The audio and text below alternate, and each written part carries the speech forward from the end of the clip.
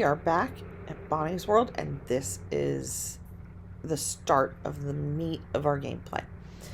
So let's talk a little bit about expectations. Your duplicants, of course, expect to have a reasonable quality of living, and they have to have their needs met. And as is typical for living creatures, their needs are to go to the bathroom, to eat food, to be happy. They need a source of water. So they want to sleep, and they want to sleep comfortably. Those are their core needs. So those are the things that I typically try to get up and running immediately. And here's why. My first priority is always a bathroom, because if you don't put a bathroom in immediately, they're going to start peeing all over your base, and you're going to be wasting time cleaning when you don't want to be doing that. I get sleep secondarily, because they will sleep on the ground, and although they'll get an aching back, having that overnight for 1 or 2 nights is not horrible. So if you can get them that in day 1, great. And if you can't, it's not going to hurt them. Once they've got a place to use the restroom and a place to sleep, you can start looking at other things. And what I typically do is I give myself a list, and I've been using the Steam in-game overlay now, because they have included this really nice feature where you can click the pencil, bring up a note panel, put your notes in, and then this little icon here sets the opacity of the window. And if you pin it, when you close the overlay, you can still see it in the game. And as you get further and further along in Oxygen Not Included, this sort of list will be really helpful, especially if you plan to take a break for a day or two and you come back and you don't remember what your duplicate was doing. So as you start the game, you're going to get this alert, and the alert says that you've woken at the target location, but the colonization efforts have already hit a hitch. I was supposed to land on the planet's surface, but became trapped many miles underground instead. And although the conditions are not ideal, it's imperative that I establish a colony here and begin mounting efforts to escape. So there's your entire game premise right there. Click begin, and you're good to go. Now, remember that flag that I just showed you, because if you ever install mods, occasionally when you start up a game, that flag will pop up but will be invisible. So if you start a game and your game is paused like this, or you don't know what's happening, hit your escape key, because sometimes you have an invisible alert flag. I don't know why that happens, but it does. Especially, I know it happens with the duplicate stat counter. So if you ever want to play a single duplicate game and you use that mod, that's a big problem there. In order to pause your game, you're going to hit your space bar. That's automatic pause, or you can use these controls up here, which is pause and unpause, slow, speed, medium, and fast. This is similar to VCR controls, and it's similar to other simulation games, which we shall not mention so EA doesn't come and beat us up. When you start, it'll give you, some flags. No oxygen generator. So the only oxygen you have is what's in this room, and once this is depleted, your duplicates are going to suffocate. So keep that in mind, because they are breathing in, inhaling 100 grams per second of O2 and exhaling 2,000 milligrams of CO2. And so what's happening is the oxygen in here is being replaced with the carbon dioxide they're breathing out, and eventually they'll suffocate and die. Now, there's 2 ways to gain more oxygen. You create more oxygen, or you have oxalite, which actually is a consumable ore that emits oxygen. You might also sometimes find pockets of oxygen, like here, there's a pocket with this water, but that's not always guaranteed. The other thing they're telling you is there's no outhouse built, and so your duplicates will pee themselves. And it's important that you understand a day cycle here. The day cycle counter is up here. It tells you what day you're on. It's called cycle. So cycle 1, it represents a 24-hour day, just like we have. And the daytime will continue around. The slice indicates where you are in the day. The red marker indicates the start of the day. And as this slice moves around, they will get to a point somewhere over here where they will go on downtime. During the time while this is moving, they will work. When they go on downtime, they are going to seek to relax and have their needs met. So when they go on downtime, the first thing they're going to do is look for a restroom. If there's no restroom, they will hold it. They are going to look for a source of food. The ration box here comes with a small source of food, so they will automatically go to the ration box to feed themselves if you haven't found them anything else. One thing to note while you're digging, anything with a crack in it usually has some sort of resource like a food item or an animal in it. So you definitely want to head towards cracks in the very beginning just to see if you can dig out food resources and supplement what you started with. You will eventually get some printing pod choices, and in the beginning maybe one of those choices should be food types, just to make sure you have enough food. It all depends on how things play out, and we'll talk more about that as we go along. The other thing they're going to want to do after downtime, they'll relax a little bit. They're going to want to do that at a light source, and the printing pod is considered a light source. You can check your light sources by going up here to this overlay and clicking the one that looks like a light bulb. You can hover over these, it'll tell you what they do. And if you click the light overlay, anything that is lit is yellow and anything that is unlit is black. So right now the only light source they have is right here. So this is where they're going to seek to relax. They never want to relax in a darkened area. They want to sleep in a darkened area. If they're in a lit area when they're sleeping, they will get restless sleep and be tired, unless they have the duplicate trait where they have to sleep in a lit location. But none of these duplicates have that, so we don't need to worry about it at this point. So now that you understand the day cycle, the most imperative thing to get prepared with is to dig out some resources, expand our area of oxygen, and get a bathroom up immediately. And you'll see here I put day 1, our goal, as getting an outhouse up. The other thing you've got here is some basic tutorials that they're going to show you. Here's one on basic controls, and if you click it, the tutorial will open. It has either text or some of them are videos.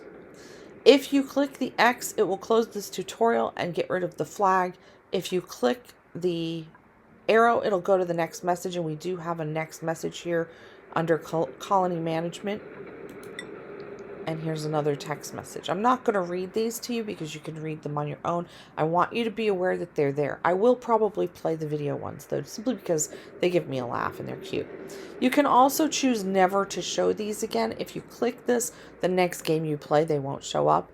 I still leave them on, just in case there's something I've missed. So, and it's not, really horrible to close them. And then, as you can see, the flags disappear when you're done looking at them. Let's talk UI for just a moment. So we've already talked about the day cycle, the message flags here, the controls. Up here, you can see what your population is by hovering. You can see what their stress levels are. At the moment, all 3 of them are at 5% stress because they're on a new planet and they have nothing. So they're kind of stressed. Over here, it'll tell you who's sick and with what. This tells you how many calories of food you currently have. So we have 16,000 kilocalories in nutrient bars, all in here in the ration box. That's what they were sent with. This is your build number. It doesn't really do anything for you unless you go into sandbox mode or you need to reference it for debugging purposes. This is some of your panels. So you've got your vital statistics panel, which gives you an overview of your duplicates. You can hover over these different topics and they will tell you what's going on. And there's plenty more panels here. We've got one that manages how your duplicates eat, one that manages how they use their time, one that manages what they're going to prioritize for work purposes, one that helps you level them up. And then these are researching and telescope use. They're not active at the start of the game. And you've got some statistics and your settings. The overlays basically help you determine your resources. So if you click the oxygen overlay, it's going to show you where you have breathable air in blue. As you can see, this is breathable, red is not breathable. Power overlay will show you your power grid when you have one. Temperature shows you what the temperature conditions are like. You don't want to start getting into these because your duplicates are hot, your plants will die. So temperature management is a consideration in this game. Materials shows you the different kinds of materials, and you can show all, or you can organize by type. So you can look for metals or minerals or organic materials depending on what your needs are, and then you know where to get those resources. Light, again, the lighting panel. Plumbing is when you have plumbing structures built, it will show you what your plumbing looks like, which is good because as you're building, you can build things on top of one another. And I'll show you that as we go on. Ventilation is the same, shows you your duct system for air. Decor shows you areas that are giving you high decor and low decor, which helps or decreases your duplicate morale. Germs show you if there are any germs that your duplicates might get sick from. At present, there's nothing around me. Farming will show me any plants in the area or anything that I'm actively growing. And then the room overlay is how we help them get morale bonuses. We build different rooms with different effects, and these affect your duplicates. So now that we've got an idea of those panels, down here you've got some tools. We'll go over them as they become available. And you can prioritize how important it is for your duplicates to do those things using little priorities window here. And then down here you have all the things your duplicates can build. So let's get started, and I am just going to quickly try to get up an outhouse so you can kind of see how all these things work together. Obviously we can't build anything, everything's all grayed out, so we have to excavate. And one of the first things I like to do is have a look around at what's available to me. So we have a lot of plants down here with some oxygen and some shine bugs, which provide some light. We have 2 water sources. This orangey kind of broken up material is copper, and we need that to build wiring and door and metal doors and other things. So it's nice to know we have some of those around. And then we also have another big area of plants up here. Now, the reason I like to keep track of plants is because one of the biggest morale bonuses they can get is by building a nature reserve in an area where there are 4 or more plants. And if you're going to do that, you want to route them through the nature reserve to get to other places. If you don't, they'll never come down there. They'll never get the bonus. But if you can force them to route through it or get the bonus for an entire area, and I'll show you how to do that later, then they automatically get a plus, and it increases their happiness, and you don't have to worry about sending them somewhere to increase their happiness. They're just getting it organically as part of moving around. So I think what I'm going to do is I'm going to dig out this way so I can dig a ladder down and force them to go through this little nature reserve area and use this as our water source. So let's start. I always try to give them 4 tiles tall, and if you click and drag with the dig tool, it'll tell you how big of an area you're digging out. 3 times 4, 12 tiles, 4 times 4, and so on. I'm going to dig out to about here. And I'm going to let them go. Right now they're on slow mode. I can increase their speed by hitting fast, so I don't have to wait through the animation. And then once they're done digging this out, I can decide, well, how do I want to work this bathroom thing? So first of all, I know I need a ladder going down, and I'm going to plan some of this out. Now that I have some resources available, I can actually lay out some blueprints. So my ladder is probably going to go here. And I'm probably going to route them through this nature reserve to get them the bonus. I'm not entirely sure how I'm going to do that yet. Maybe I'll put the bedrooms over here so they always have to go in and out through the nature reserve to do that. And if I'm going to do that, then I don't need to worry about laddering down this way to get to water. I can just build the ladder into the water tank here. And so I think that's what we'll do, is we'll just build a ladder into the water tank here once that's exposed. And we're going to need to be able to pump this water out in order for our bathrooms to work. So I'm going to go to plumbing, and we're going to need a pitcher pump. And that's got to be, so this little, I don't know if you can see it because my tooltip is over it, but see how it has a little like tube coming down off the bottom? That tube has to be in the water. And if it'll shorten as you get closer and closer to the ground. And maybe that's what we want, because we want to give us some room to dig this down further and consolidate our water and make this bigger later. But right now, I think I'm going to put it here. That's a good place for it. And actually, no, let's not put it there. We need to put it down one more. Otherwise, it's interfering with the floor. We want to put the floor here. So we need the top of this to be here. And that means we're going to have to dig this out so that they can jump across onto this platform. All right, so that's going to get some of our water going. That's going to get our ladder going. And we also need some flooring.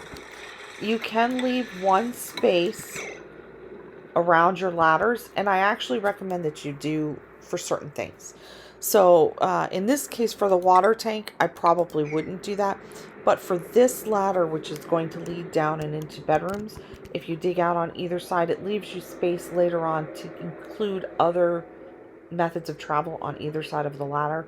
And it also provides some airflow so that this oxygen rises to the top, spreads out some throughout the base, and then the carbon dioxide moves down. So the next thing I need to do is I definitely need to get the bathroom up before they get to downtime. And now that we've got the water source right here, I'm going to build a door. That's 2 tiles. And I want to put a pneumatic door in, but we don't have copper yet. So we've got to keep digging. And then in order for this bathroom to be really functional, ultimately we want 3 outhouses so they never have to wait on one another. The other consideration you have is that when they use an outhouse, they get germy. So they have to wash their hands. So you never want to put the outhouse near the door. You only want to give them one direction in and out. So they always have to pass the sink, and they will automatically use the sink to wash their hands. Otherwise, you're going to have to tell them to go wash their hands, or they're going to start getting food poisoning from eating with germy hands. And that's not what you want. It'll contaminate their food source. So, in order to make a latrine that's going to be functional, we need 3 sinks so they don't have to wait on each other to use the sink. And we need 3 toilets. Every sink takes up 2 spaces, and every toilet takes up 2 spaces. We're talking in width here. So if we need 3 toilets, we need 6 spaces for toilets, and we need 6 spaces for sinks. If we look at the room overlay, a latrine, which is the basic bathroom, has to have at least 1 toilet and 1 wash station. So if we put in 3, eventually we know we've got them covered. We want to start with 1. They can get by with 1 overnight. They'll take turns. It's a little less efficient, and it will interfere with their sleeping potentially or their ability to eat. But for one day, that's not going to kill them. But we have to get at least 1 in, and it's best to plan to put 3 in even if they don't make it in the first night, just so you have the space excavated for later. What we need in order to make a functioning latrine is at least 12 tiles with a maximum of 64 tiles, and the more space you can give them, the better. We know that we need 12 tiles across at least. 12 times 4 is, I believe, 48.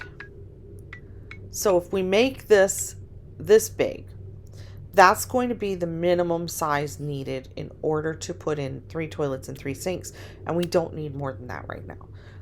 Later on, you're going to want to worry about decorating, leaving some space for statues, and possibly, paintings and things to make them happier. But I have plenty of room to continue digging to the left, so I'm not even going to worry about it. I'm going to lay out, this is my general room size that I'm worried about right now. And I need 1 toilet and 1 sink for sure. Sinks have to go here, here, and here, so that the duplicate has to pass by the sink in order to get out the door, or I'll need to manually route them to wash their hands, which I don't want to be bothered with. So we need at least 1 sink. We're going to put the sink there, and we need to leave space for 2 more sinks. So 1 sink will go there, 1 sink will go there, and we need at least 1 toilet. We don't even need to worry about flooring typically, although I'm going to have them put down floors so we can dig out this copper. That'll give us a door, or the ability to build a door. And that's really all we need. And if they get to dig this part out, that's fine.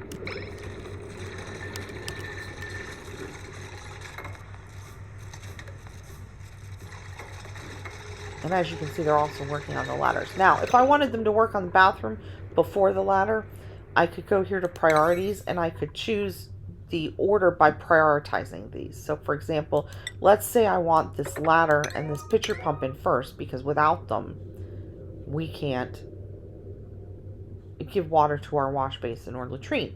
Then I want to prioritize these with a higher number than here, and I just set it up here. And if I want to do more than one, I can say let's prioritize this as a 9, and if I click and drag, it'll prioritize all of this stuff as a 9. If I right click before I let go, it cancels the priority. If I want to see the priority system, I just hit priorities. So now they're going to build the pitcher pump and the ladder first, then they're going to go dig out this stuff. And while we're here, we also have some tutorials. So again, we've got a series of them. Our first one is duplicate movement, and this has a really cute little video, so I'm going to go ahead and play it for you. And just shows you how movement works. He cannot jump a 2-space gap, but he can jump a 1-space gap. Can't climb a 3-high wall, but he can climb a 2-high wall.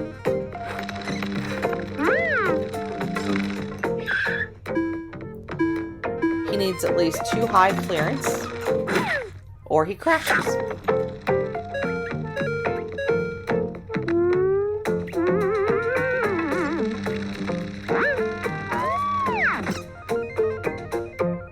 And they're real short. They're all short like that. And I think the animation is just charming. So that's why I like to watch them. And there's also some text description that explains what you're seeing in the video. So this one's about digging. So she wants to build the oxygen diffuser, but she needs materials.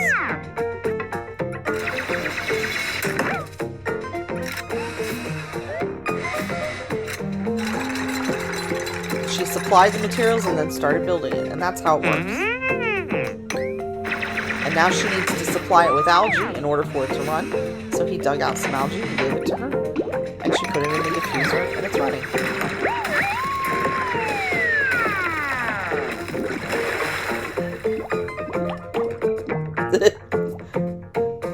I always find these really funny. I don't know.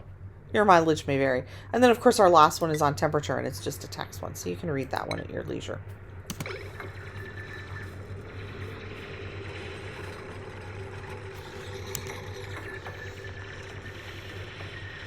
And they're going back here to dig because they don't have the resources to build these things yet. And see, now he's building this because he now has the stuff. And we're ready.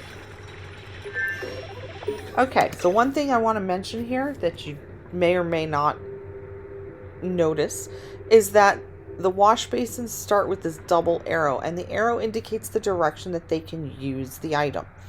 And in my opinion, there's no point in having them wash their hands when they're coming in. They just need to wash their hands when they're going out. So restricting the direction of usage here makes more sense and wastes less time. And in order to do that, you just click it and you choose the direction you want to set it. So we can set it so it's only left. That means they'll wash their hands going in. That doesn't help us. Or only right. Now this is what we want because it means they'll wash their hands when they're going out. Or you can set it both and they'll wash their hands going in both directions. And this works if you are having your duplicates travel in and out from an area that's germ filled. Because, you know, maybe you're using your bathroom as a pass-through, so they're coming in from where there's germs and you want them to wash their hands before they come in. Or you want them to wash their hands, you know, because they're coming out from somewhere where there's germs and, you know, they're passing through to somewhere else. In the case of a bathroom, you never really need a two-way sink, but you might in other areas depending on what's around those areas. So I'm going to set this to direction right because I want them to come in, use the restroom, and then wash their hands on the way out.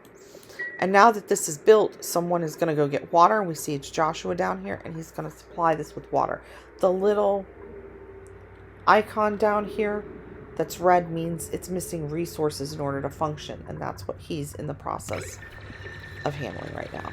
And there, now the sink is functional. All right, so we're almost halfway through the day, and I might actually have time to get them at least started on beds. So once this latrine is built, I think I'm going to stop him digging and not have him dig this out at the moment. Just have him do this bathroom. And let's take a look at what we want to do with the bedrooms. So at some point, I want to put a pump in here and pump all this water over here and turn this into our big water tank. So I'll close this off. When I close this off, which I may do immediately, we still have 1, 2, 3, 4, 5, 6 plants here, which is plenty for a nature reserve. So actually, before I forget, let's close this here. We're going to want this ladder to come all the way down into this area, just like this. And it needs to be within one space of the ground in some direction, or they won't reach the ground. So in this case, he can't reach this space, and he can't reach this space, but he can reach this one. So he can go here and hop out. And then what we're going to want to do is give at least 2 spaces underneath water, because the weight of the water can crack these tiles. So I don't want to dig out this space, because then the sand will fall and all the water will flood in. But what I can do is dig to here. So that's a safe level to dig. And we need at least 4 spaces. And we can turn this into a bedroom. In order to make a bedroom, we're going to need a door to close the bedroom off. And we're going to need a bed for every duplicate. And the beds are here in furniture. And we can plot it out by looking at it. So if this is where the door is going, this first space, we can put a bed here, and a bed here. And that will certainly fit 3 beds and give us space for 2 more beds in a barracks. Or give us space to dig out further and make this into a fancy luxury barracks later on. And that's perfect. So we'll go ahead and we'll plan for the beds to be here. I don't know that we'll get to this today, but we might get a start once this latrine is done.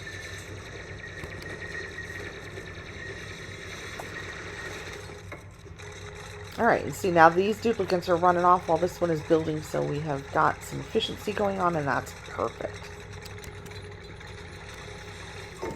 And actually, while we're at it, let's dig this space out and these spaces, because as I said, we need some airflow going on around the ladder.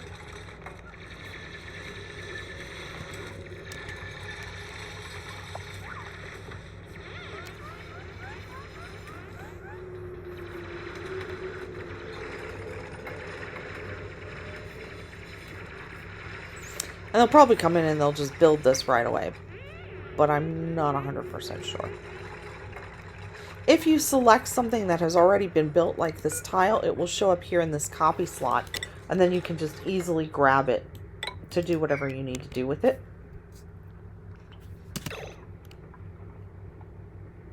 They can't get over here. That's why they're not heading this way. This isn't tall enough. So I need to dig out this so that they can actually stand there. There we go. The reason I don't want to dig this space is because it's an oxalate space. Oxalate degrades on its own. See how this one is cracking already? As it degrades, it pushes oxygen into the atmosphere, and if you dig it out, it stops doing that. So I'm trying to leave that little piece of oxalate alone. You can dig out that spot though. If you hover over an area, you can see what something is. So I can see this is oxalate, this is algae. I can see this is a bristle blossom, this is a bristle blossom, that's mealwood, and so on and so forth. So as you get further along in the game, resource management becomes a thing, and also using resources to your best advantage becomes a thing. For example, if I go to furniture and I select this cot, it gives me some choices of the type of cot, because I have picked up some skins that change the appearance of different things, and that's all they are. They're just skins. And it tells me what I need to build it. Now, as I get more resources like granite and so on, those may show up here, and I may have a choice of what I want to build things out of. And if I have this set to sandstone, but there's no sandstone, this is all granite that I'm digging out, they're going to run halfway across the base to the nearest location for sandstone and bring it back. So in that case, it might be better for me to pick a different resource that's right around here so they're not running around for that in order to build these.